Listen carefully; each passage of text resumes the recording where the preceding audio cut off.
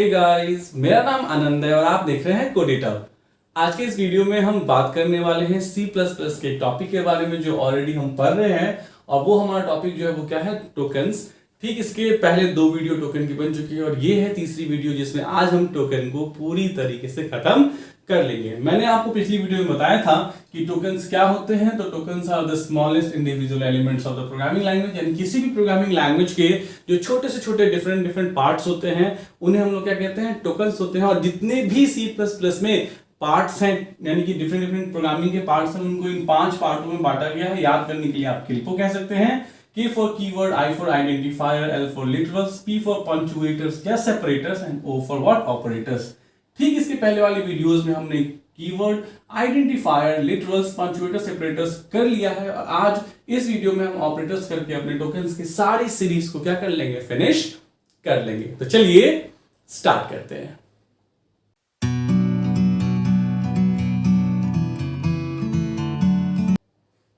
तो आपको already token का डेफिनेशन वगैरह बता दिया मैंने। और देखिए, आपको करना क्या है कि कुछ चीजें ऐसी होती हैं जो आपको हमेशा पता होनी चाहिए। मतलब any time you are able to reply the answer. अगर आपसे कोई पूछे कि what are keywords, what are tokens, तो ये सब तुरंत आपको बताने होते हैं। तो टोकन्स क्या होते हैं, smallest individual elements of programming language. इनको 5 पार्ट्स में बांटा गया है। K for keyword. अब पूछेगा कीवर्ड्स क्या होते हैं, तो कीवर्ड्स आर रिजर्व्ड वर्ड्स। ये क्या होते हैं, कीवर्ड्स आर रिजर्व्ड वर्ड, यानी कि किसी भी प्रोग्रामिंग लैंग्वेज ने जितने भी वर्ड्स को क्या किया है, रिजर्व किया है कुछ खास मीनिंग के लिए, उन्हें हम लोग कीवर्ड्स कहते हैं। शॉर्ट में ये सब मैं आपको बता रहा हूं, ठीक है। आइडेंटिफायर क्या होता है, तो आइडेंटिफायर जो होता है आर द नेम्स, ठीक है, ये नेम होते हैं। आइडेंटिफायर्स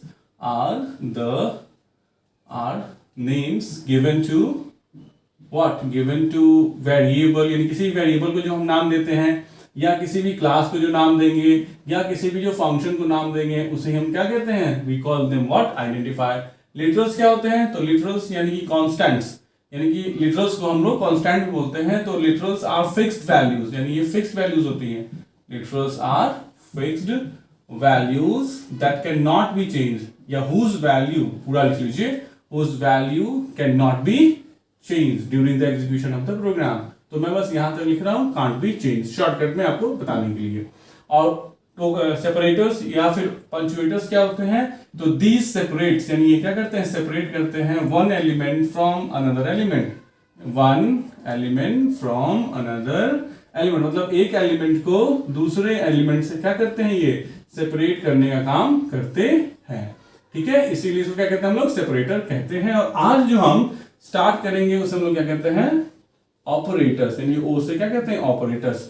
तो ऑपरेटर्स क्या होते हैं, तो ऑपरेटर्स वो होते हैं जो किसी खास तरह के ऑपरेशन को क्या करते हैं, परफॉर्म करते हैं। तो आप यहां लिख सकते हैं कि ऑपरेटर्स आर दोज, यानी ऑपरेटर्स वो होते हैं, operators are those who performs, यानी जो क्या करते हैं, परफॉर्म करते हैं सम स्पेसिफिक ऑपरेशन, यानी क्या, कुछ खास ऑपरेशन को, सम स्पेसिफिक ऑपरेशन, राइट। जैसे मान लीजिए प्लस एक ऑपरेटर है जो क्या करता है, एक स्पेसिफिक ऑपरेशन यानी एडिशन का ऑपरेशन परफॉर्म करता है। माइनस एक ऑपरेटर है, ठीक है, multiplied by, divide by, modulus, बहुत सारे ऑपरेटर्स मौजूद हैं। तो इसलिए डेफिनेशन क्या है इसकी, कि ऑपरेटर्स आर दोज, यानी ऑपरेटर्स वो होते हैं हु परफॉर्म्स, यानी जो परफॉर्म करता है सम स्पेसिफिक ऑपरेशन, किसी खास तरह के ऑपरेशन को। अब हमारे पास डिफरेंट टाइप्स ऑफ ऑपरेटर्स हैं जो C++ हमें क्या करता है, सपोर्ट करता है। तो C++ supports different kinds of, या फॉलोइंग टाइप्स कर दीजिए, फॉलोइंग टाइप्स ऑफ ऑपरेटर्स, यानी कि डिफरेंट टाइप्स में ये भी आता है ऑफ ऑपरेटर्स, यानी कि इन सारे ऑपरेटर्स को C++ क्या करता है, सपोर्ट करता है। सबसे पहला जो ऑपरेटर है वो है अरिथमेटिक ऑपरेटर, ठीक है। अरिथमेटिक मतलब मैथमेटिकल ऑपरेशन को परफॉर्म करने वाले ऑपरेटर्स को हम लोग क्या कहते हैं, अरिथमेटिक ऑपरेटर कहते हैं। जैसे plus, minus, multiplied by, divide और मॉड्यूलस। मॉड्यूलस क्या करता है, इट गिव्स रिमाइंडर, यानी आप क्या करता है, रिमाइंडर देता है, यानी कि डिवाइड करेगा और डिवाइड करने के बाद जो रिमाइंडर होगा वो आंसर देगा, उसके लिए मॉड्यूलस को हम यूज करते हैं। तो अरिथमेटिक ऑपरेशन को परफॉर्म करने वाले को हम क्या कहते हैं, अरिथमेटिक ऑपरेटर कहते हैं। दूसरा जो हमारा ऑपरेटर होता है उसको हम कहते हैं relational operator, right. Relational operator का मतलब क्या हुआ, तो रिलेशनल ऑपरेटर दो वैल्यूज, रिलेशनल ऑपरेटर के लिए कम से कम दो चीजें चाहिए, ठीक है। रिलेशनल ऑपरेटर जो होता है वो दो वैल्यूज में कंपैरिजन करता है या रिलेशन एस्टैब्लिश करता है, ठीक है। तो इट कंपेयर्स टू और मोर वैल्यूज। अगर डेफिनेशन आप लिखना चाहें तो लिख सकते हैं, अगर समझना चाहें तो समझ के भी खुद से आप नोट डाउन कर सकते हैं कि रिलेशन ऑपरेटर्स वो होते हैं जो क्या करते हैं, किसी भी तरीके से दो या दो से अधिक जो कंपोनेंट्स है, दो या दो से अधिक वेरिएबल्स वैल्यूज, उनको क्या करते हैं, कंपेयर करते हैं। तो मतलब जैसे greater than, less than, greater than equal to, less than equal to, not equal to, ETC. मतलब क्या है कि देखिए अगर मैं कहता हूं ए में 5 है और बी में 6 है, ठीक है, तो मैं अगर कहता हूं A is greater than B, suppose कि I am telling A is greater than B, तो ये क्या देगा, ए में कितना है 5, बी में कितना है 6, तो ये देगा फॉल्स। तो दो चीजों को हमने कंपेयर किया और उस कंपैरिजन के बेस पे जो हमें आंसर मिलता है वो या तो ट्रू मिलता है या तो क्या मिलता है, फॉल्स मिलता है। इसके अलावा कोई दूसरा आंसर आपको रिलेशनल ऑपरेटर नहीं देता है। जैसे मैं यहाँ चेक कर लूं कि ए जो है वो इक्वल टू है बी के, क्या ए जो है बी के बराबर है, तो 5 जो 6 के बराबर है, तो ये भी क्या देगा, फॉल्स देगा। वैसे मैं चेक करूं ए इज लेस देन बी, क्या ए जो है बी से छोटा है, तो 5 जो है वो 6 से छोटा है, हाँ बिल्कुल है, तो ये जो आपको आंसर देगा वो क्या देगा, ट्रू देगा। इसका मतलब क्या हुआ कि हमेशा रिलेशनल ऑपरेटर्स जो होते हैं आपको दो या दो से अधिक क्वांटिटीज को क्या करते हैं, कंपेयर करने का काम करते हैं, और ये रिजल्ट हमेशा क्या देते हैं, या तो ट्रू देते हैं या तो क्या देते हैं, फॉल्स देते हैं। तो ये है दो ऑपरेटर्स, अरिथमेटिक ऑपरेटर और रिलेशन ऑपरेटर। चलिए अब मुझे बोर्ड को रब करने दीजिए, फिर मैं आपको अगले ऑपरेटर के बारे में बताता हूं।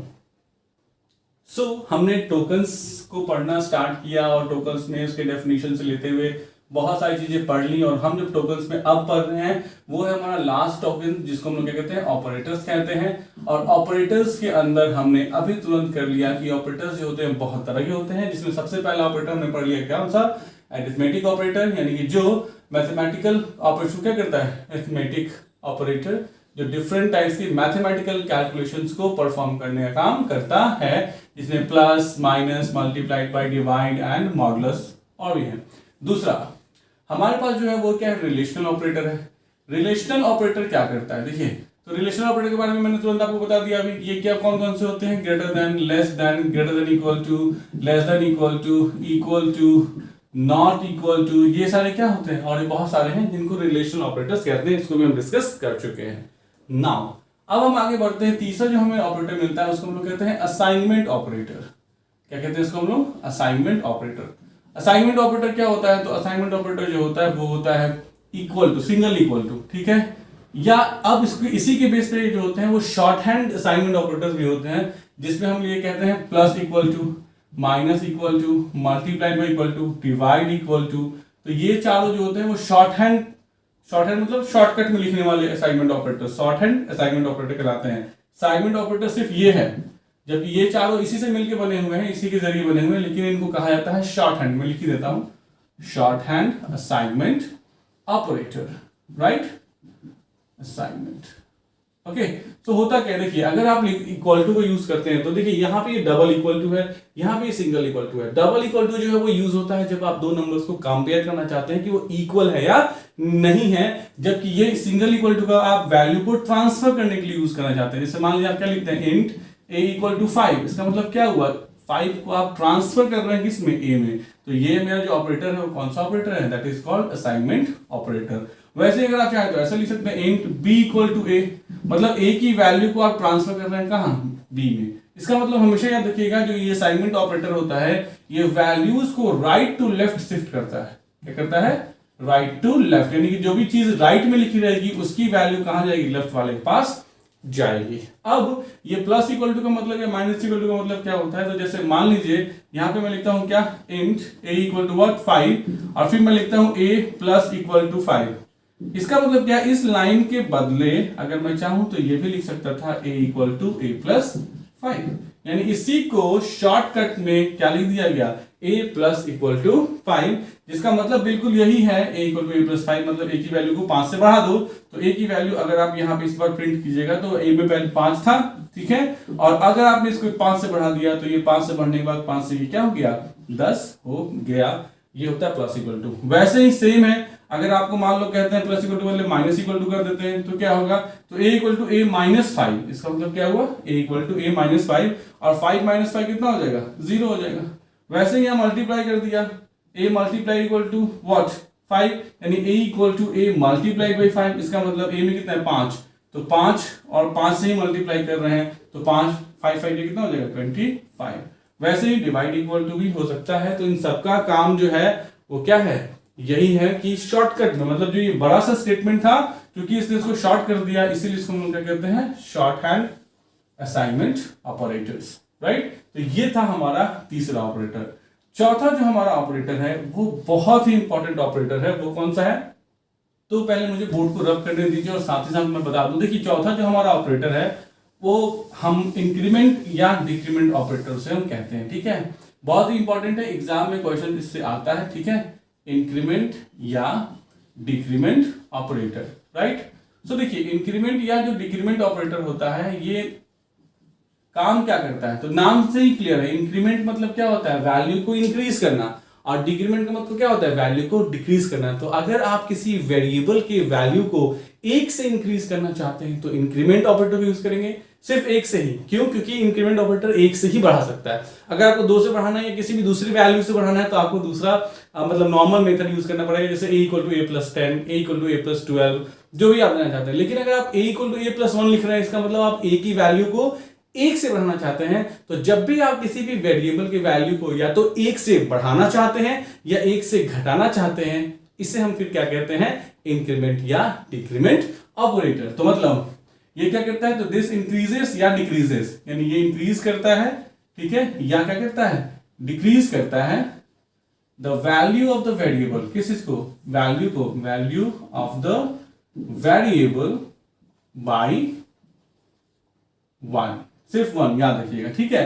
जैसे मान लीजिए मैं कहता हूं a equal to 5, int a equal to 5, और मैं लिखता हूं a प्लस प्लस, तो मतलब इसका मतलब ये हुआ कि मैं लिख रहा हूं a equal to a plus 1, यानी कि a की वैल्यू को 1 से इंक्रीज कर दिया जाएगा।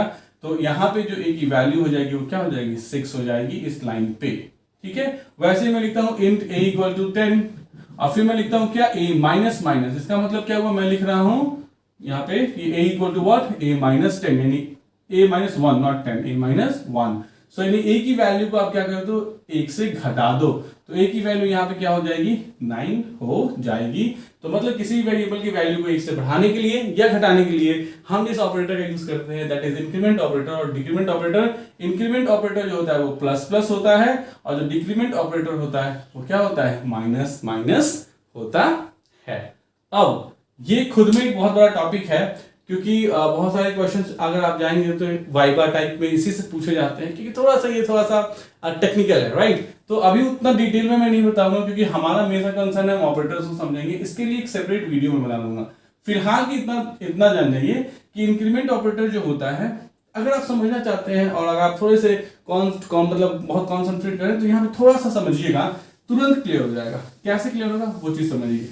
यहाँ पे क्या है देखिए, अब मैं कहता हूं क्या, कि जैसे मैं कहता हूं इंट a इक्वल टू 10, ठीक है, और मैं कहता हूं a प्लस प्लस, और फिर मैं कहता हूं माइनस माइनस a।